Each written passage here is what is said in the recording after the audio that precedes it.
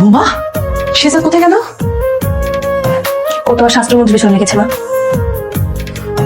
এই ছেলেটা আমাকে শান্তিতে থাকতে দিল না বোমা।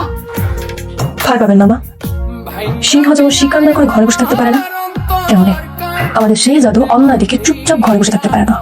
ও আমাদের সবার সুপারহিরো।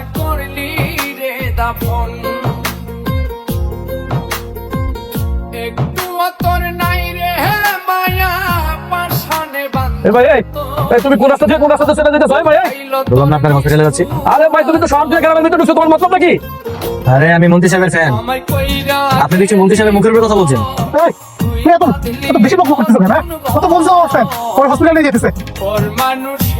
তুমি সব বকবক না করে একটু পলিশ করে দাও ওকে। জি স্যার। স্যার ও তো শহর থেকে গ্রামের ভিতরে ঢুকতেছে স্যার। চুপ করো তো।